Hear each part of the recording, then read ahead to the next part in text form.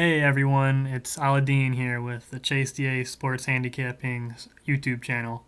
And we're going to go over the UFC fight night for Jack Hermansen versus Sean Strickland here. And I got my surprise guest, like I would say last video. And I got my two friends, JD and Evan. Say hello, guys. What's up, boys? What up? These guys are longtime UFC fans, maybe even longer than I am, honestly. So I even think JD got me into this watching UFC. I think, yeah, we watched the McGregor fight. It was the first one we ever watched. Yeah, I was at your house. I remember that. That was probably Yeah. 2015 or 2014. But Definitely a minute ago. let's jump right into this card. My first pick of the night, Philip Rowe. Let's go right into Bovada here, guys. Philip Rowe. They have him at a minus 140 favorite on Bovada. And what I had written down here is he's 31 years old, 4 years younger than Jason Witt, 80-inch reach, 10 inches on Jason Witt. I mean, that might be one of the biggest reach differentials I've ever seen in the UFC. That's one of the biggest I've ever seen. I mean, even in boxing, that's insane. I mean, it's incredible. But also, Jason Witt has been KO'd 4 times out of his 7 losses. He's very chinny. His head movement's not too good. Only thing I would give Jason Witt advantage in is his grappling. This is style. It's more suited to it. I would show clips in here, but I would get copyright striked in 2 minutes. But for Philip Rowe, though, he has been competing in Fury grappling events. So I have confidence in him. I think he could, if this goes to the ground, I'm not too worried. Stand up, I think all day he's going to tear this guy up, though. No, he's going to beat him. Looking at that age difference in the reach, I mean, I think that's enough to just call it quits on that one and take Rowe. That's huge right there. I agree. Those odds, I think, taking Witt, you got to give me at least 2.5, maybe 3 to 1 to choose him. Those are too short for me. Definitely. Anything else on that one, guys? No, I like think Rowe. Ride with Rowe. Ride with Rowe. Ride with Rowe. There you go. Okay. There we go. Ride with Rowe. Next fight on my schedule here, I got Hakeem Dawodu versus Mike Trizano. The bookies got Dawodu at minus 165. I wrote minus 155, so he has been getting money put on him. Overall, his striking is fantastic, I think. Much better than Trizano. Trizano does not have good stand-up, I've noticed. Just, overall, it's very stiff, keeps a high guard. Is very, almost overly patient, like Derek Lewis almost. He's just like, but he's way smaller than him. He's only 130 pounds. He like waits for that one big shot, but like every time when I watch, I just don't think Hakeem will give him that at all. Hakeem is 5-2 in his last 7 fights. He has a 3-inch reach. I think it's about 2.5-inch reach advantage. I think he gets this done by TKO, to be honest, inside the distance. What round are you thinking? I'm gonna go second. I think he gets maybe even like 10-8 first round. Like he's clobbering him, saved by the bell, and then he just goes out there, walks him down. Like 1 minute in. So you're feeling a dominant first round and then just go into the second, dominate again? Yeah, he's going to play with his food a little in the first round. I like it. Love it. So the pick, Dawodu, right there. Inside the distance, I think you could get him plus money. If you guys have anything else on that one, I'll move past it, but that's my last pick on the prelims. No, I like the sound of that. Don't know too much about either of those fighters, to be honest with you. So. Yeah, I only really know Dawodu. I had to look up Trizano. I mean, Trizano, he showed promise, but because he made it to the Ultimate Fighter Championship, he won it, but he's like, I don't think he'll be able to hold what Dawodu's going to bring. Completely agree. Moving on to the main card here. I do have one parlay for the night. It's a little juicy favorite parlay, and this was JD's pick too. It was Brendan Allen money Yes, line. sir. And then Yes, sir. Julian Erosa, money line. And that's going to be a payout of minus 150. I think they both just get it inside the distance done, both of them. I mean, you just got to look at the fact that he's fighting a guy 9 years older than him. And he's got 16 losses, 33 wins. Brendan Allen's young, up and coming. I like him getting it done for sure. Yeah. He's lost his last 7 fights. That's Just boom, there you go. at that point. He's on a cowboy run. Dude, how do they even allow guys like that? Dude, how do they not cut guys like that? That's embarrassing for the UFC and him. How many meat shields does it take? Hey, how much CTE does it take for real? But Allen, 33-16. That is just ridiculous. Yeah. Sorry though. Moving on. Yeah, Allen moneyline. That is a parlay piece lock right there. Definitely a good one to throw in there. Not have to worry about it too much. Hopefully. Now, speaking of locks, moving on to this next fight here, Shavkat Rakhmonov, the golden boy from Kazakhstan. I think this is the guy of the night, to be honest. This guy is pretty savage. He's 14-0, 27 years old, and Harris, he's 34, so pretty big difference right there. Rakhmonov, he has a 2-inch reach advantage. All of his wins are inside the distance. He's only seen the third round 1 time. 7 of those wins are by submission. 7 of them are by knockout. Yeah, and inside the distance, I'm going to pull this up on Bovada right here. I mean, this guy... It's minus 110. I don't believe... Minus 115 now. Yeah. Sorry, go ahead. I just don't believe the odds on this. This is so ridiculous that it's basically even money for a guy that's 14-0, finished all of his fights, has only gone to the third round once. And 7-year age difference. I think this is a lock right here. And if he loses, I mean, he's probably going to lose, by decision? I don't know how he's going to lose. I just don't know how. I don't see any way. Unless he gets clipped, luckily, in the first 30 seconds, there's just no way. I agree. If this goes to the ground, he's just going to dominate. I feel it's going to be more than you think, man, because Harris has never been submitted in his whole entire fight career. But like I said, Shavkat, he knows how to get it done either way. 7 knockouts, 7 submissions. He could do it. No, I feel it, dude. I feel like this is probably the most interesting fight of the night besides Hermansen and Strickland. I agree. Shavkat, Nomad, Rakhmonov. I agree. He's my lock for that night. So he's a huge lock. And let me just say real quick that welterweight division is insane. And they got a guy like this coming in there now. I completely agree. The welterweight division is awesome. But the list is just ridiculous. Sorry to get off track. Going to this next division, though, is not a good division. At least not a very competitive division right now. The middleweight division, 185. It's just basically Izzy's world. He dominates. I mean, I can't see that guy losing for a long time. And if Sean Strickland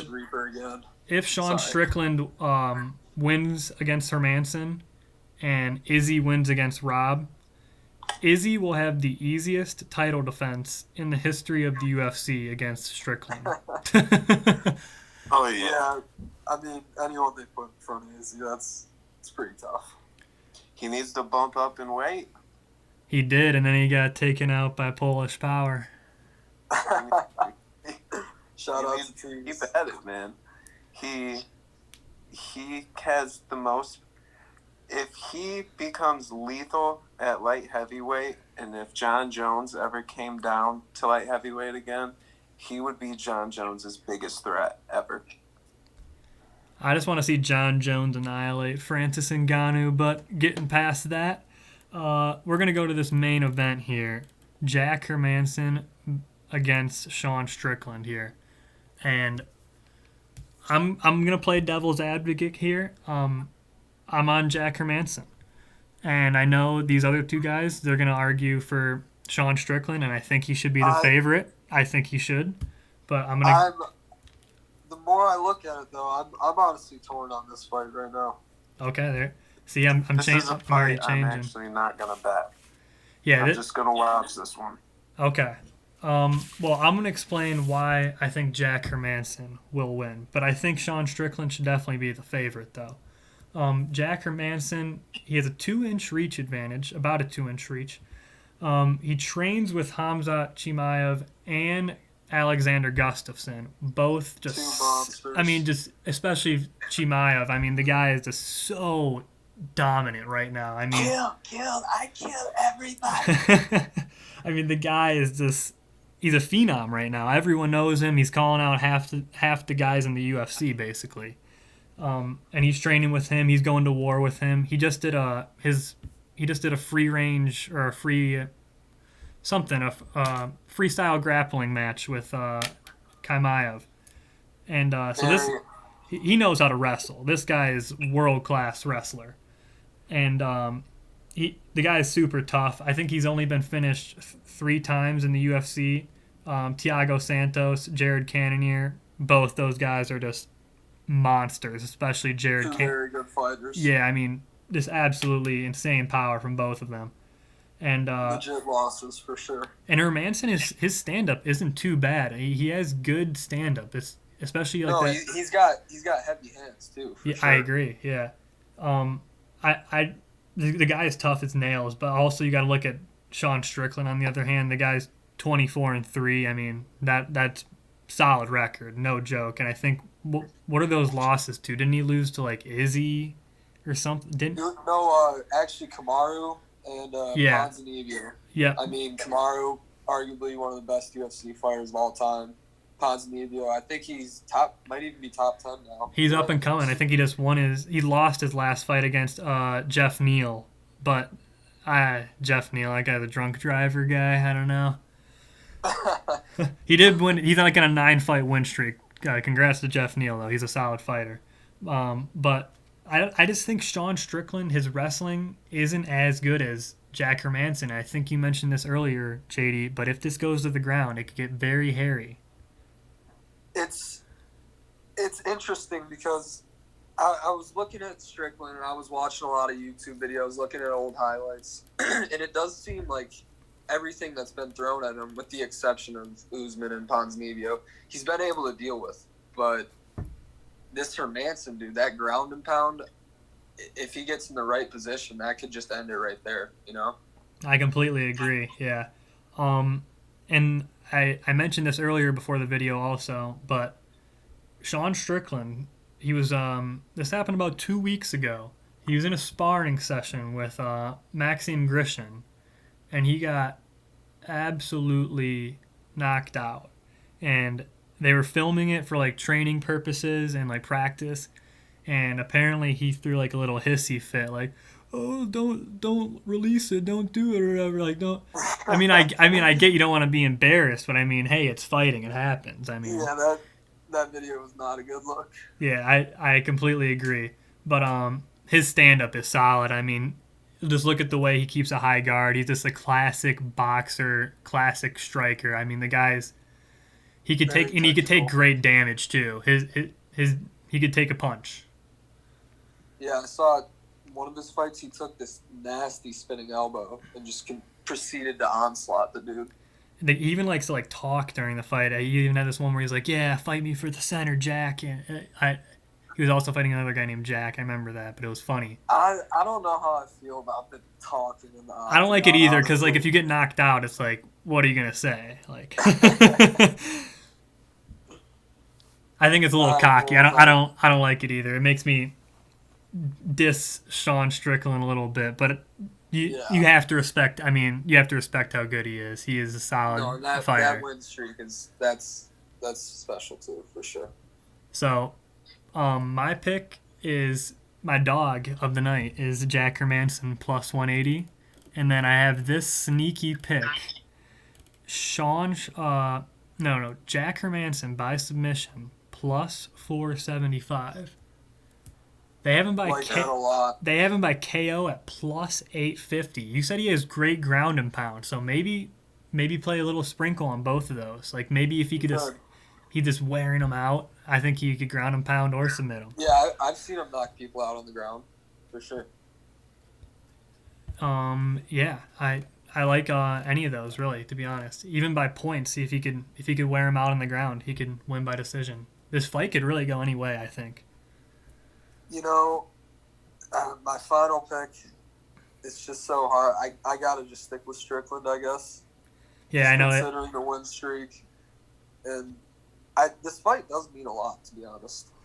Because if Strickland wins this fight, like you said, he probably gets the title shot, you know? And that's huge. I mean, Hermansen is, I don't want to say gatekeeper, but he's been there for a long time, and he's been in the top 10 for a long time. Like, that guy is just, he's fought the who's who of this division, for sure. He has. So it's also a big fight for him, you know? See if he can stick around, still compete. Completely agree. Any last takes, any of the fights? We gotta, Bowles, I know you're torn between this fight, but you gotta give us a pick. Who?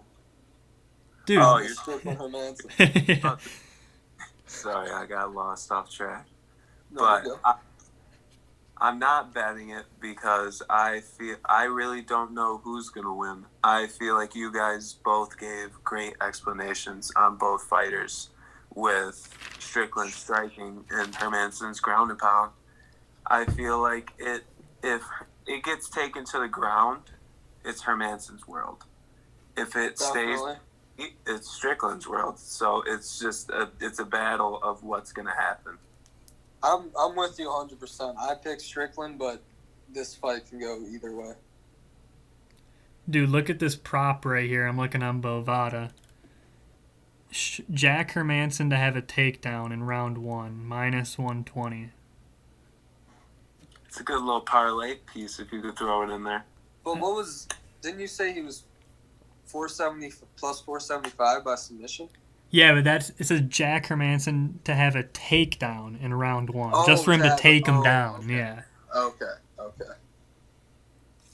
Oh, I do like that. It's always like sort of like suspect how they score a takedown. Like he could just like grab his leg once and or slip. Oh, it's a takedown, or it's not. Yeah. First round, they might just be feeling each other out more than, really engaging. Totally agree. Yeah.